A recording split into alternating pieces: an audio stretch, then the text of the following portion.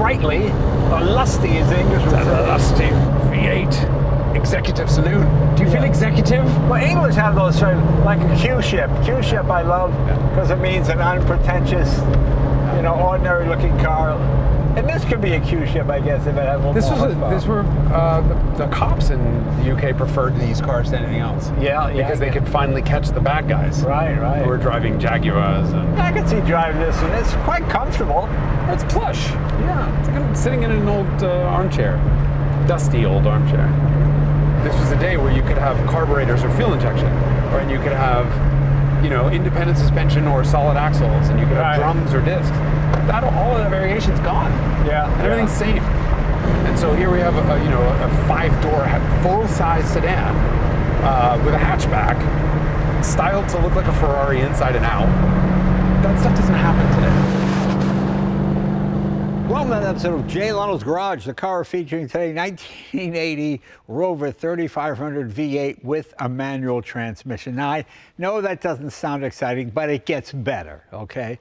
This car belongs to our friend Jason Cammisa. You know him from the Haggerty channel, automotive journalist, been in the business for years and years.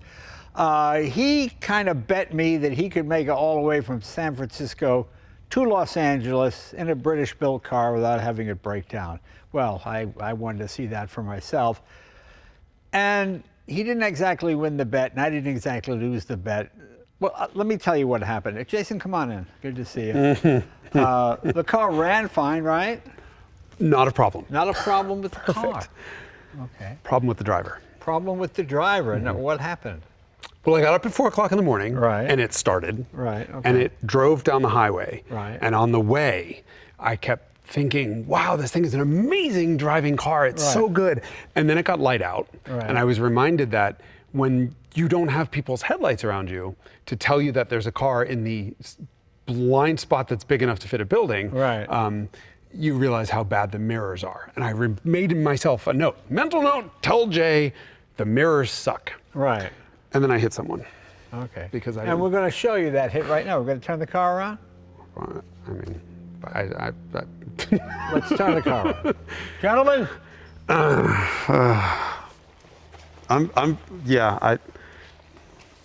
Ready?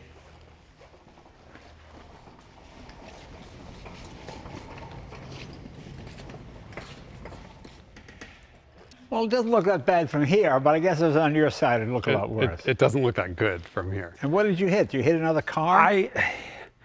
There was a pickup truck and there was another car in my blind spot, and I was trying to see if I could make the lane change, and the guy in the pickup truck slowed down, and I didn't until I hit It's him. a poor workman who blames his tool. I am 100% at fault for this accident. Okay. I have to be a grown-up, and I will say, had I been not on the slow lane, being an adult, this would have never happened in the first place. But this is why I have good insurance. Now, let me ask you this. Well, you love this car, don't you? I do. That makes it extra sad, because these did not have the most stellar reputation. I remember the first generation of the Rover V8. This was the American 215 cubic inch Buick aluminum motor that we made, and we sold it to the English, and they put it in the Rover, which literally transformed the car, because prior to that it was a 4-cylinder, I believe, wasn't it? And this really made it not a supercar, but certainly something that was a lot more fun. Much the way the Turbo R Bentley helped the regular Bentley, this engine transformed this car. And prior to this, they were rather traditional looking, rather English, looked like a Wolseley or one of those kind of cars, like a mini Rolls Royce. And they went with this more modern Japanese styling, fair to say?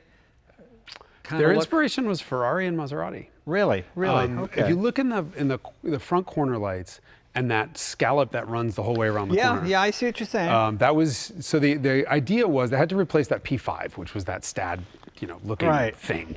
And they wanted to make a new shape, and it just wasn't working. The 5-door, the idea of a big, full-size 5-door hatchback was new, right? And it finally, the designer wound up locking the design team in a studio together with a Maserati Indy and a Daytona for the weekend, and said, graft those curves onto this box. And they did. Well, it's a nice looking car. I mean, we always make fun of these things, but I'm a big fan of English automobiles. I meant a year or two later, they tried to merge with Honda, didn't they? It was it was the next generation of this car that was Right. sold here as a Sterling 825. The Sterling 820, yeah, that didn't work either. Well, the funny part about the Sterling was it was literally an Acura Legend, Right. And in I think it was '88, Acura Legend was the most reliable car in America. Right. And the Sterling 825 was the least reliable, and they were the same thing. That's so funny. One was built by Prince Right, in right. this factory, and one was not. That's too bad. But the car was, so this is the chassis code of this car is the SD1. Right. Came out in 1976. Went on sale in the US and Canada for 2 years, 80 and 81. It was faster than a base Corvette to 60, 10 seconds. And when it came out, it won European Car of the Year. I mean, it just won all these awards. And it was really good in its simpleness. So British Leyland was going out of business and they needed to sort of contain costs. And this is mostly Triumph suspension and Triumph transmission. And they said, let's just put this tried and true V8 in a rear drive sedan with a solid axle at the back. Nothing special, but just do it right. And then screwed everything up. Wow, all like, right. like invented a new process where they can electrostatically attract rust-proofing material to the metal when they dip the car. But literally hooked the wires up backwards, so it repelled the rust proofing, guaranteeing corrosion. It was just one of those Yeah. So what makes you love this car so much? I think you'll understand this. There's a lot of parts about cars that are really about humans and about our memories. And I went to high school in Germany, but I flew back to New York every summer and stayed with my friend Alex, and her parents were car people. And they would take me in for the summer and hand me the keys to their gold Rover 3500. Right. And so this was the only car that I drove in high school. And so I sit in it, and it's that memory structure of them. They're all gone. Everyone in that story is gone. And this gets me closer to them. Okay, very good. Now Plus it's cool. This has an interior which you didn't really get in America. We seem to like vinyl or leather. I call it the teddy bear plush crush interior, but what it looks like, almost looks like corduroy, but it's not. Velours? I don't even know. It's Like a velveteen or something. I think it's actually compressed dust that's been glued together. Well, it looks very hard to clean because I see grease marks on it.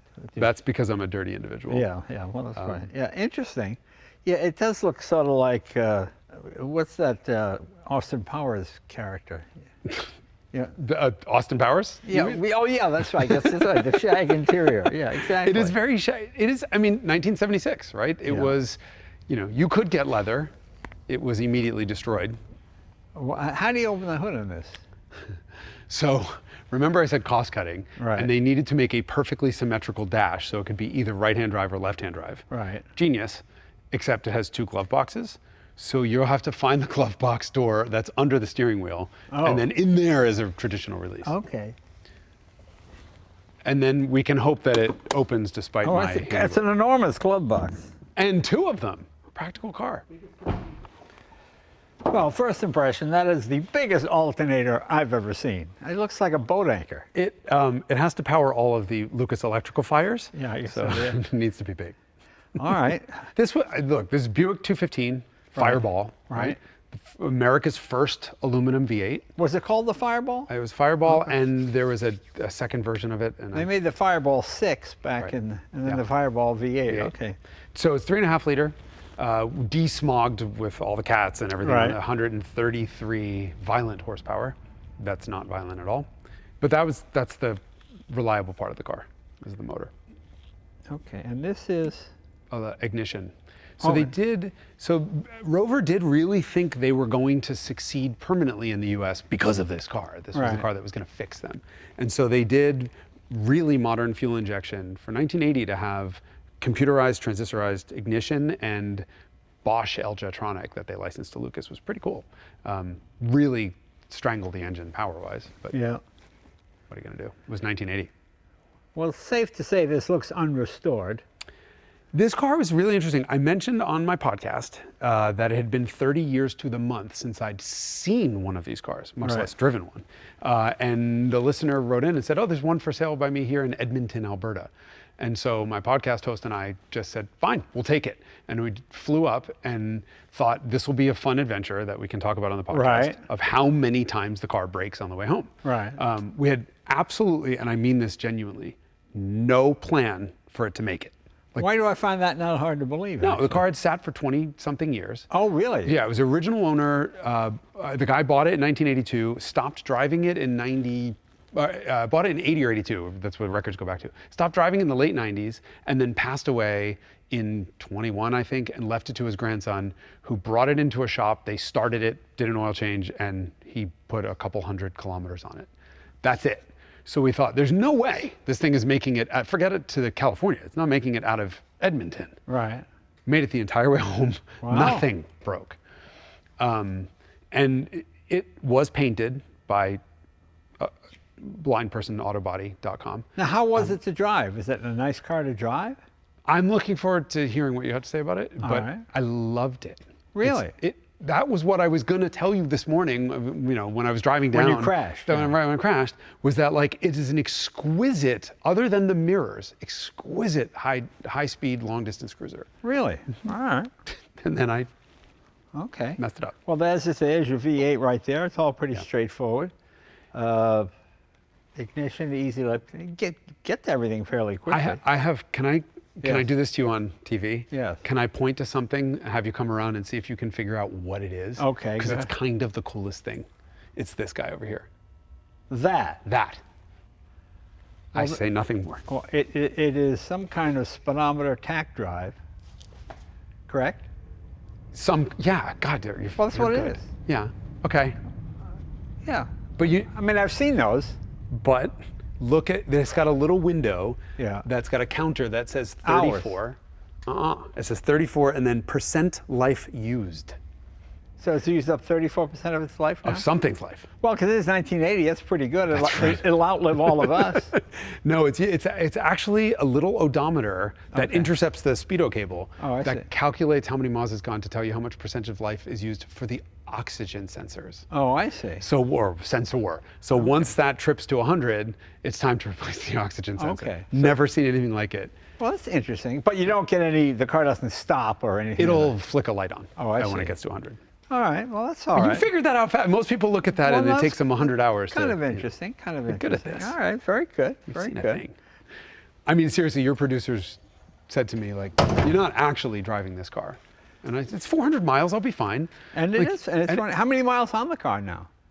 There's 53,000 kilometers on the speedometer, which was Oh, that's replaced. not much. That's about 38,000 miles. But it was replaced twice. Oh. Because for warranty work, because it's a Oh, Rover. okay. So it's 53 plus 53. So it's 106,000 kilometers. Oh, Not okay. much. Even that's what, 68,000? 67,000 miles. Yeah, It's- okay. The guy, I have a stack of books and records on the car, and he was a pilot or something to do with aviation. Right. Just meticulous care. He did, it was back all the time for maintenance. He did a ton of stereo upgrades. It has a Learjet cassette player. Oh, there you go. That's And the only thing that I did to it was suspension, because it had just sort of aged out. Right, okay. Euro headlights, which I now killed. Right. Because the US lights were, Well, now it's Euro Really? singular. You just it have- has a yeah. Euro light. Yeah. And then a broken light. Yeah. And a sunroof car as well. All the way Sunroof up. car, yeah.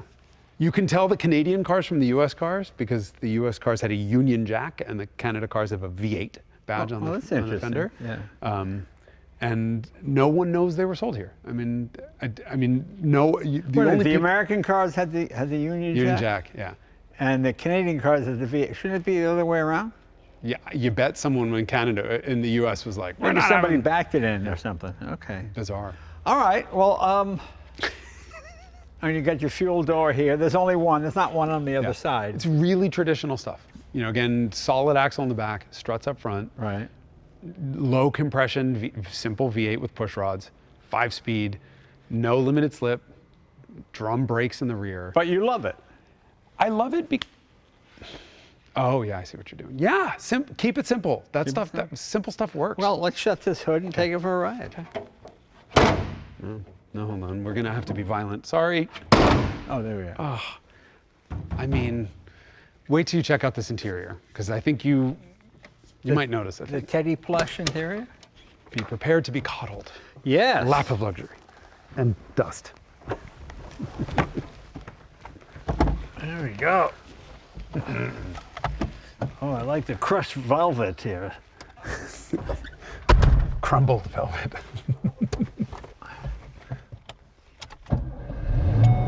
Oh, smooth motor. Right? Yeah, very nice. When you have no compression and no power, you don't have any vibration.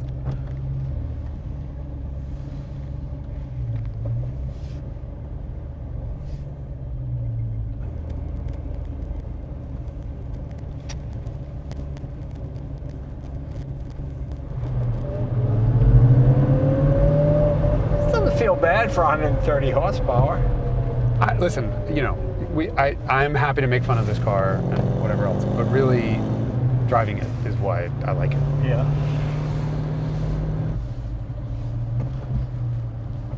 Very long brake pedal, right? It's rear-wheel drive. Rear drive. Do a burnout. I mean, it's already crashed.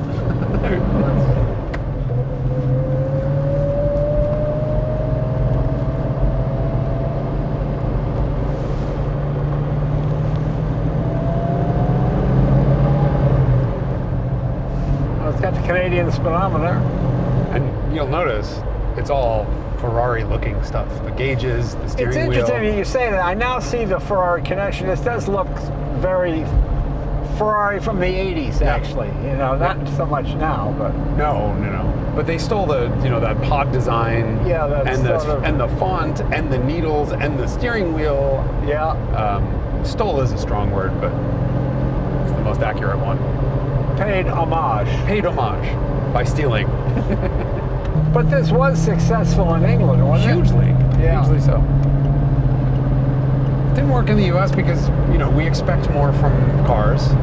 And Well, it didn't work in the U.S. because a V8 in a sedan is not a. In Yeah. England, that's an upgrade. Oh, True. you got a V8, you know. Yeah. It always make me laugh when I read about Shelby Mustangs had the big block. Well, no, that's a 289. That's a small That's block. a little one. But to them, that was a big V8. Oh, it's a 3.5 litre car. Right, exactly. Huge motor.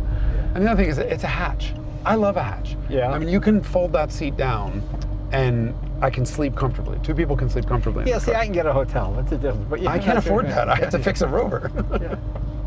Listen, I don't want this to turn into an insurance commercial, but I gotta say, I'm very glad I have Haggerty. Yeah. Because you know, again, I work for Haggerty Law. I've been a customer for 20 years and an employee for 5, so I can say this. I've had claims in the past. It's never been an issue. Yeah, that's great. It will just, this car will be fixed, and that's it. That's great. And, you know, so I'll take my lumps for hitting someone, but It's I'm so really glad. odd. You don't see brown as a color used anymore. You know, I've got that 911. I call it baby poop brown, that sepia tone, whatever it is. And when I got it, I thought, well, the first thing I'm going to do is paint this thing after I build the motor. But then people go, oh, why is it brown? It's a great color. And I realized it's so indicative of the period. You don't see it anymore. Right. It's like Mercedes used to have a chocolate, the tobacco brown interior with the dark brown exterior. Milan brown exterior. I Yeah, it love was that. fabulous. It was a fabulous car. You just don't. So to me, colors kind of define it as well. I love that they committed to the brown. And if you look around, there are 15 different shades of tans and browns. But even the steering wheel got it. Commitment to a theme. I appreciate And it. what was the competition for this when it came out in America with this V8? Would it have been 5 Series. What, a Fairlane or something like that? I think they really were gunning BMW 5 Series. Yeah.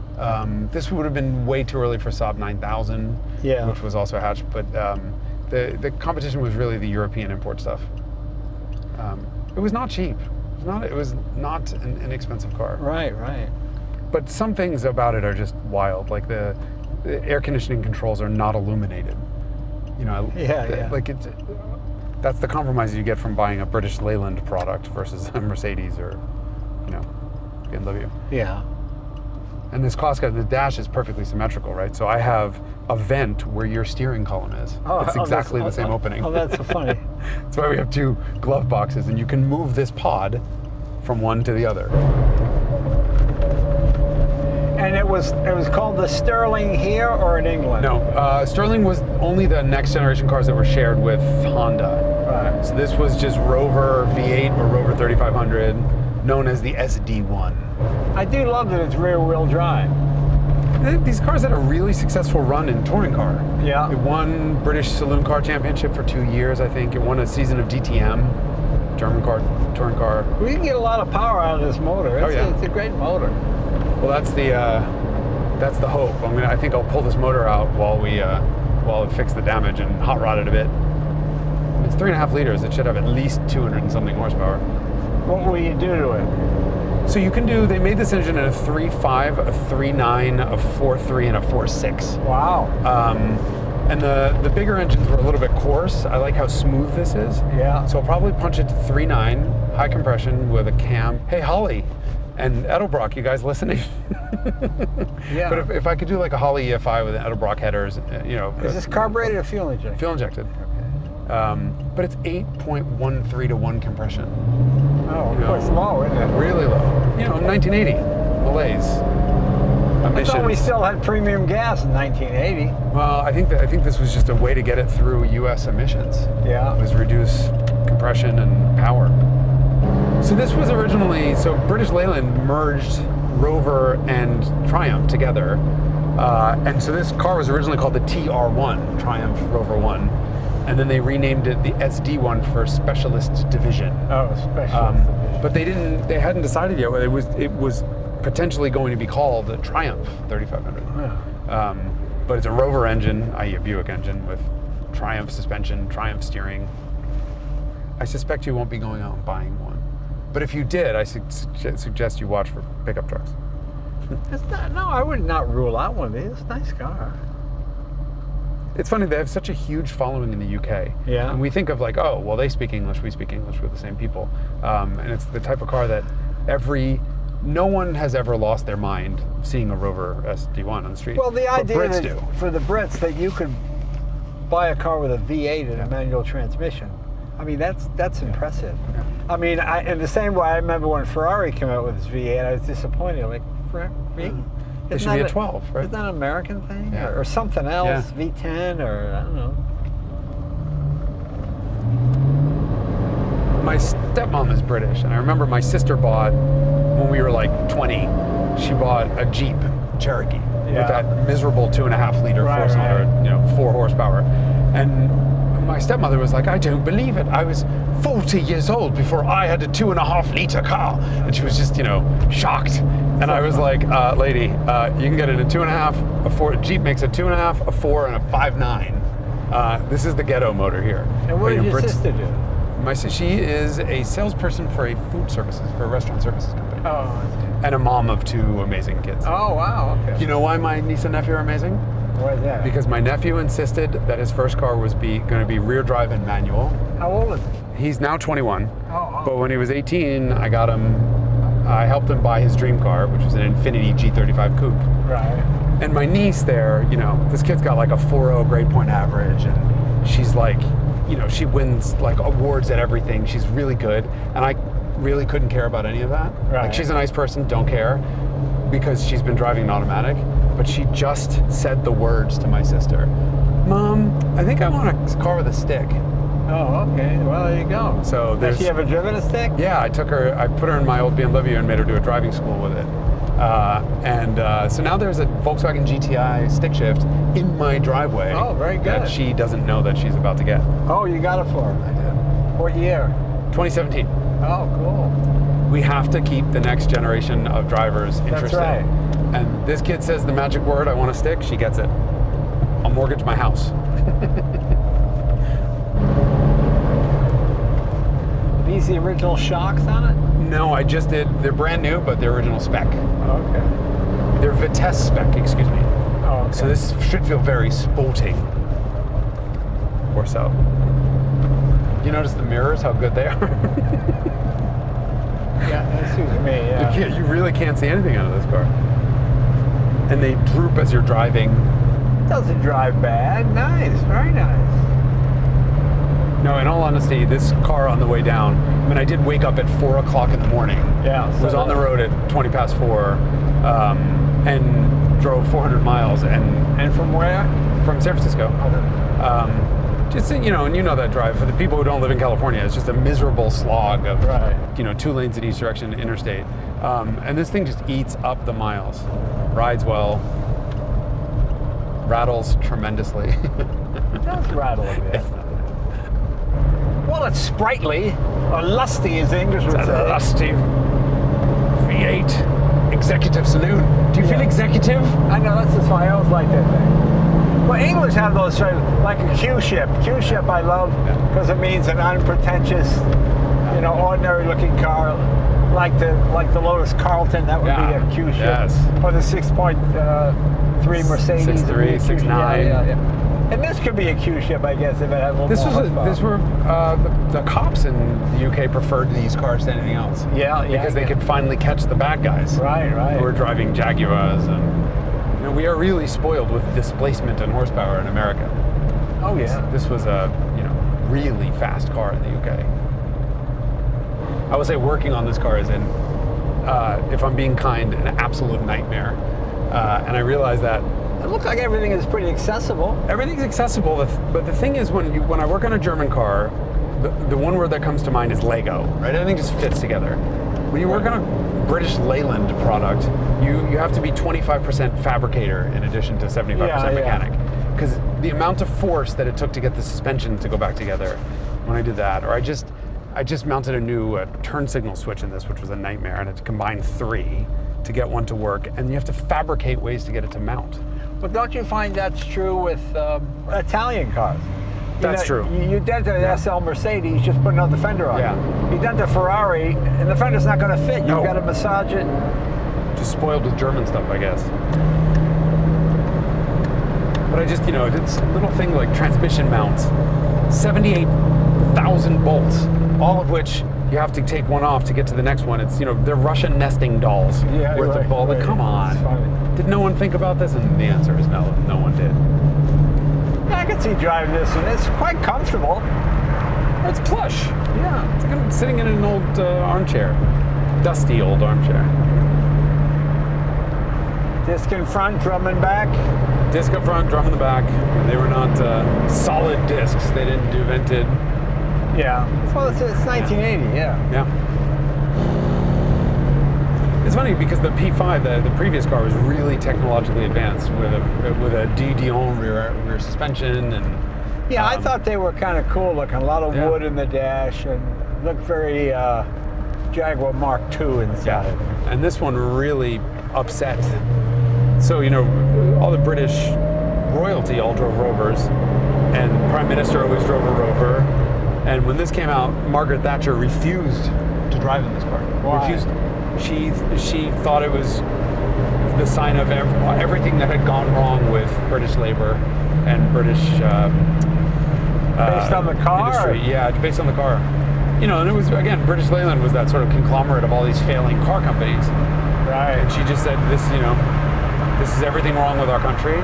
And it was just very different. No wood. It was plastic inside.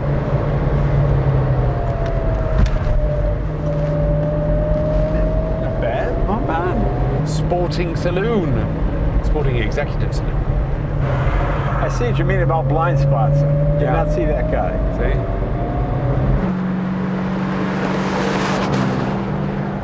So what's funny is, I think you're driving this faster than you've driven any of my other cars.